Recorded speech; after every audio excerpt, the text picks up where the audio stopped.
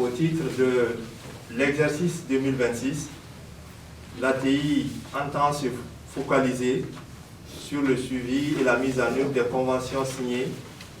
la mobilisation des financements pour les portefeuilles d'investissement déjà préparés.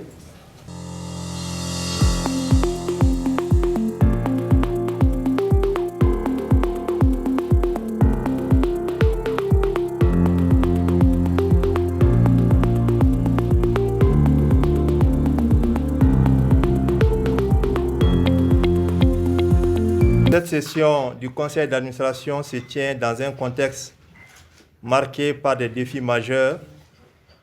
une situation socio-sécuritaire difficile au plan national et international, la rareté des ressources financières, les impacts des changements climatiques de plus en plus perceptibles. Cependant, en même temps, des opportunités réelles se présentent à nous. On peut citer la création de la Confédération des États du Sahel,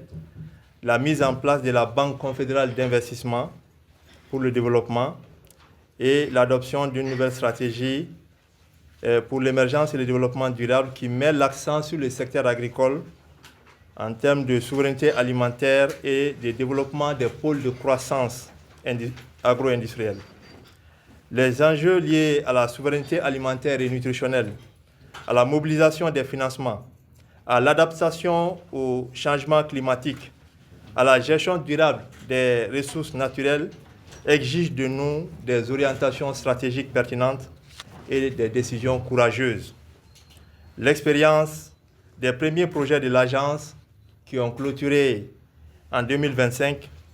nous donne l'occasion de tirer parti des acquis substantiels réalisés en matière d'infrastructures, de production et de commercialisation, mais aussi de tirer des enseignements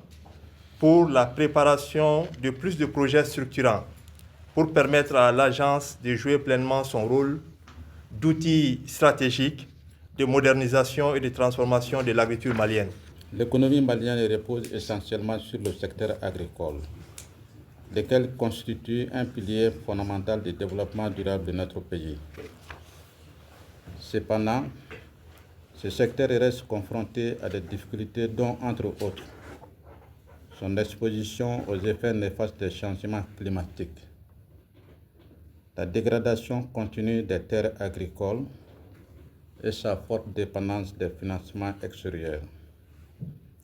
Faire face à ces difficultés et satisfaire les besoins alimentaires d'une population en pleine croissance,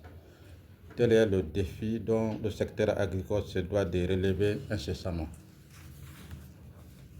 Face à ces défis, la mobilisation des ressources en eau est un levier sur lequel le pays peut s'appuyer pour valoriser les importantes potentialités hydro-agricoles dont il dispose et qui sont estimées à environ 2,2 millions d'hectares de terres irrigables. Ces potentialités constituent des atouts qui, si elles sont valorisées, permettront d'affranchir durablement nos activités de production agricole des aléas climatiques. Mesdames et Messieurs, chers administrateurs, l'Agence d'aménagement des terres et de fourniture de l'eau d'irrigation a pour mission, entre autres, d'accélérer le rythme des aménagements hydro-agricoles,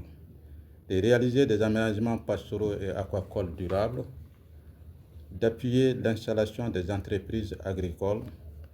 d'accompagner la sécurisation foncière et le processus de délivrance des baux dans les grands bassins d'irrigation,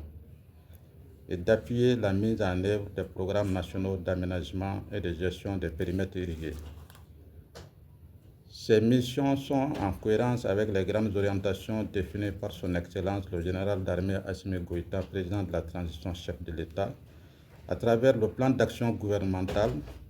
la vision Malikura Nyata Sira Kaben Samba Flani Bili Oroni Savama.